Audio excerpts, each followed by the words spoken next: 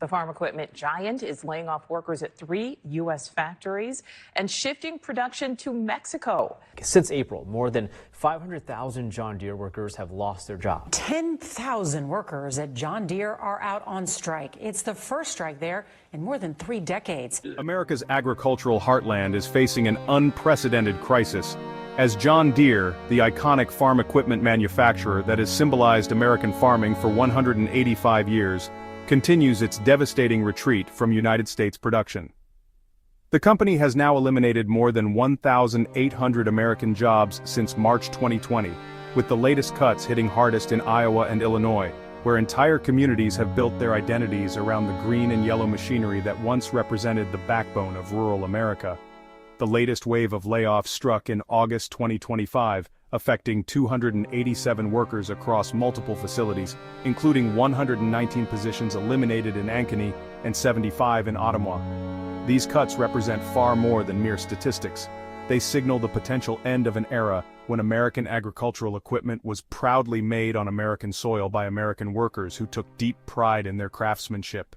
John Deere's decision to shift small loader production to Mexico by 2026 has sparked outrage that extends far beyond corporate boardrooms and factory floors. The company is acquiring land south of the border to construct a new facility, a move that has drawn fierce criticism from workers, politicians, and the very farmers who have remained loyal to the brand for generations. Senator Chuck Grassley of Iowa denounced the decision as a betrayal of taxpayers who provided millions in state tax credits to keep the company rooted in American soil. President Trump immediately responded to John Deere's Mexico move with characteristic force, threatening a 200% tariff on any equipment re-imported from abroad. Speaking at a rally in Ohio, Trump declared that America would not allow jobs to be shipped to Mexico, warning the company that building south of the border while selling to American farmers would face severe consequences.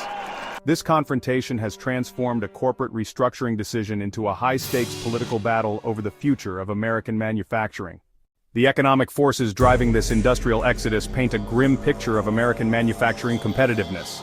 John Deere reported an 18% plunge in sales during the second quarter of 2025, marking its worst performance in over a decade.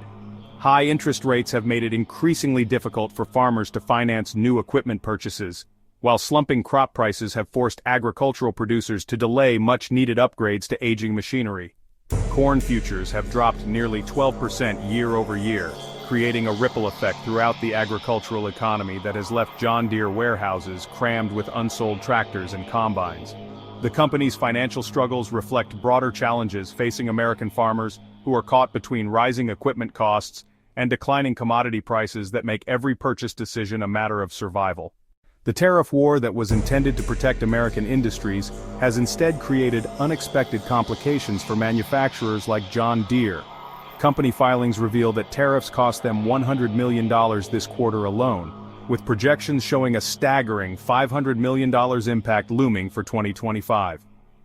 The doubled steel and aluminum tariffs, raised to 50% in July, have increased input costs rather than boosting domestic production as originally intended. John Deere's construction and forestry divisions, which depend heavily on imported steel components, are experiencing significant financial strain. Internal company documents show engineers scrambling to redesign machinery using alternative materials, specifically to avoid tariff-affected components, essentially forcing the company to reinvent proven designs just to maintain cost competitiveness in global markets. The human cost of these corporate decisions extends far beyond pink slips and unemployment statistics. In Iowa towns like Ottumwa, which have depended on steady John Deere paychecks for decades, local businesses are closing their doors as spending power evaporates. Restaurants report sales declining by 25%, while the United Way chapter in Des Moines has witnessed a 40% surge in applications for food assistance since the layoffs began. Local banks are warning of rising loan defaults as families struggle to maintain mortgage payments without reliable employment.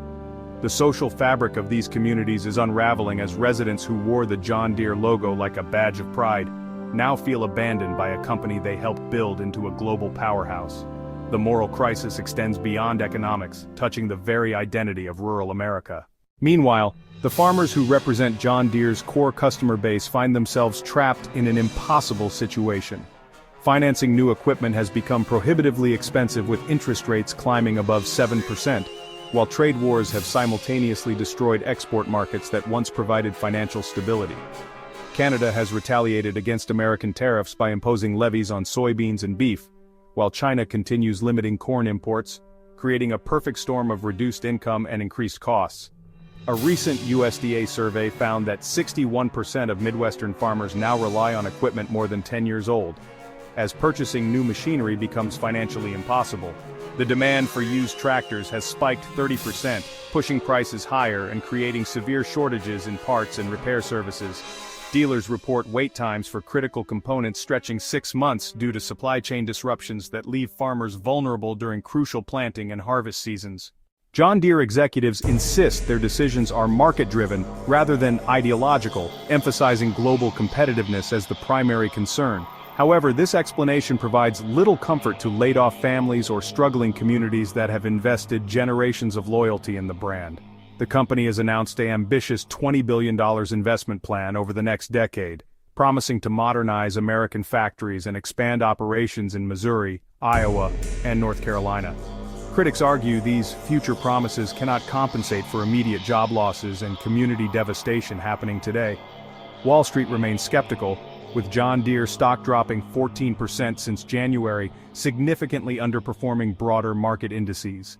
Supply chain chaos continues creating additional challenges, with rising steel prices, semiconductor shortages, and freight bottlenecks delaying production by up to 6 months. The crisis has ignited intense debate over America's industrial policy effectiveness. Economists warn that punitive tariffs may backfire by raising manufacturer costs while failing to create the intended domestic jobs. Bureau of Labor Statistics data shows American steel employment grew only 2% since tariff implementation, while manufacturers report hundreds of millions in additional costs that ultimately get passed to consumers. The American Farm Bureau Federation has expressed concern that higher equipment costs could accelerate farm consolidation, driving small family operations out of business, and concentrating agricultural production among large corporate entities. This trend would fundamentally alter the character of American farming and rural communities that have defined the Heartland for centuries. As this industrial drama unfolds, the stakes extend far beyond one company's business decisions. John Deere's crisis has become a test case for America's economic model in an era of global trade wars and shifting manufacturing dynamics. The outcome will determine whether iconic American brands can maintain domestic production while remaining competitive internationally, and whether rural communities can survive the economic storms reshaping modern agriculture. The answers to these questions will shape not only John Deere's future, but the broader trajectory of American manufacturing and the communities that depend on industrial employment for survival and prosperity.